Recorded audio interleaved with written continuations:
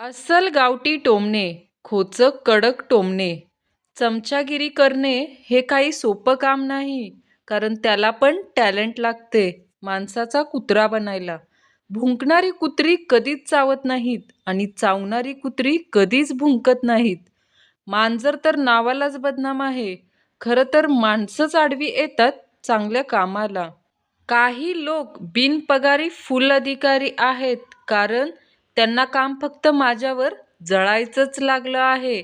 काही लोक चुलीतल्या त्या जळत्या शेणकाटासारखी असतात. लवकर जळून विजत तर नाहीत परंतु सगळीकडे नुसता तिरस्काराचा धूर पसरवतात. आपण फक्त चालत राहायचं, लोकांना मिरच्या आपोआप लागतात. माझ्यावर जळणाऱ्या लोकांकडून माझी फक्त एकच इच्छा आहे, बस दुआ में याद रखना. तलवारीचे घाव मिटतील पण शब्दांचे वार कधीच मिटत नाहीत.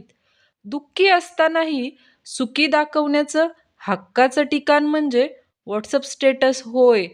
जिसका कोई नहीं होता उसका मोबाइल होता है और जिसका मोबाइल होता है वह किसी का नहीं होता. गाडी जोरात चालवताना मुलींकडे पाहू नका कारण त्या तुम्हाला पाहायला कधीही दवाखान्यात येणार नाहीत. पाय ओढण्याऐवजी फक्त हाताला धरून ओढा. पहा सगळेच पुढे जातील. नेहमी तीच लोक आपल्याकडे बोट दाखवतात ज्यांचे आपल्यापर्यंत पोहोचायची ऐपत नसते. महाराष्ट्रातील सर्वात खतरनाक टोमणा तुमचं काय? तुम्ही मोठी माणसं बाबा. जे तुम्हाला टाळतात त्यांच्यापासून दूर राहिलेले चांगले. कारण समूहामध्ये एकटे चालण्यापेक्षा आपण एकटंच चाललेलं कधीही उत्तम. ज्या गोष्टींची आपला काहीही संबंध नाही त्यात नाक खुपसलेले की तोटाच होतो. आपण आपल्या स्वतःबद्दल कधी वाईट विचार करू नका कारण देवाने या कामाचा ठेका नातेवाईक आणि शेजाऱ्यांना देऊन ठेवलाय. प्रेम हे मनातून झालं पाहिजे. तोंड बघून तर दुकानदार पण भाव कमी करतो. ती 50 लाखाची BMW काय कामाची, जिच्या खिडक्या त्या गरीब मुलांचे हात बघून पण उघडत नसतील. काही माणसं कामाला ठेवली आहेत पाठीमागे बोलण्यासाठी. पगार शून्य आहे पण काम इमानदारी करतात. आपण फक्त चालत राहायचं, लोकांना मिरच्या आपोआप लागतात.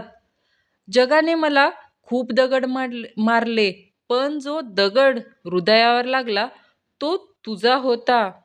तसा वाईट नाही मी पण काय करणार, काही लोकांना माझा चांगुलपणा आवडत नाही. जे हसतील त्यांचेच दात दिसतील. प्रत्येक माणसाचं बोलणं मनावर घेऊ नका कारण माणसे तुम्हाला काय बोलतात यावरून त्यांची लायकी कळते, तुमची नाही. ह्या दुनियेत लोक तुम्हाला रडवायला बसलेत पण तुम्ही रडू नका तर त्यांच्याशी लढा.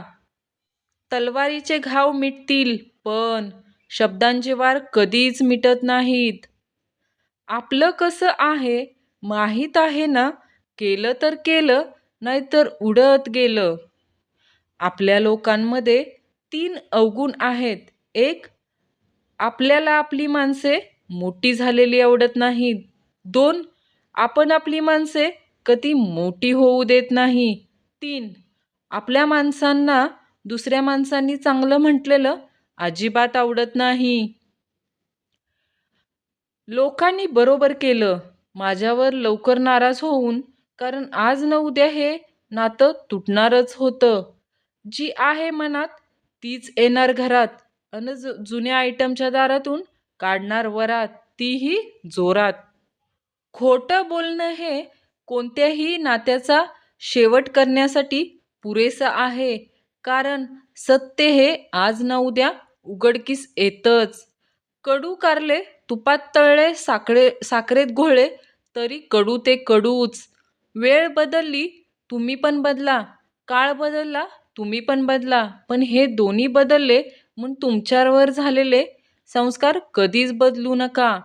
वेळ चांगली असेल तर इतरांना मदत करा आणि जर वेळ वाईट असेल तर कष्ट करायची तयारी ठेवा. हे देवा, त्यांच्या डोळ्यांची नजर चांगली ठेव ज्यांना माझं सुख पाहावत नाही. सकाळ सकाळी लोक माझ्या व्हॉट्सअपवर इतके मेसेज पाठवतात की जणू सगळे सुधारले आहेत आणि मीच एकटा बाकी आहे.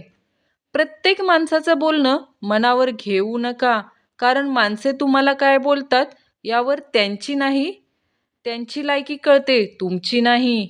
ह्या दुनियेत लोक तुम्हाला रडवायला बसलेत, पण तुम्ही रडू नका, तर त्यांच्याशी लढा. वाईट वेळ सगळ्यांवर येते आणि जाते, पण त्याच वेळेस कोणते रंग किती बदलले हे आयुष्यभरासाठी लक्षात राहते.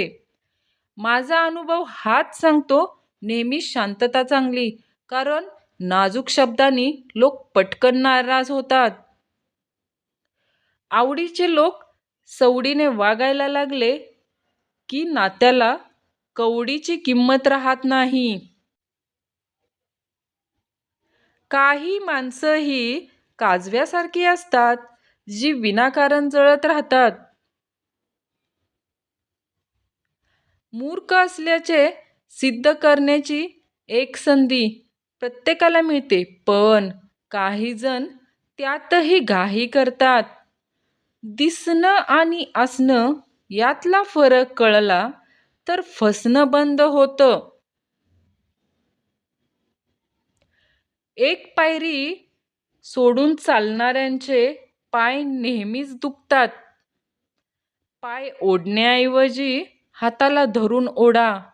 पहा, सगळेच पुढे जातील. मी लोकांचा अपमान करत नाही, फक्त त्यांना कुठं चुकतंय तेवढंच दाखवून देतो.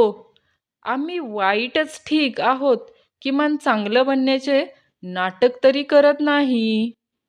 माणूस हा स्वतःच्या चुकांसाठी उत्तम वकील असतो आणि दुसऱ्यांच्या चुकांसाठी न्यायाधीश असतो.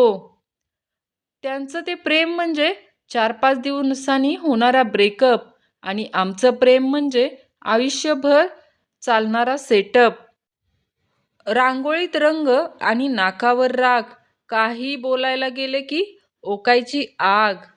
विचार असे मांडा की समोरच्याने तुम्हाला म्हटलं पाहिजे की चल उठ इथून.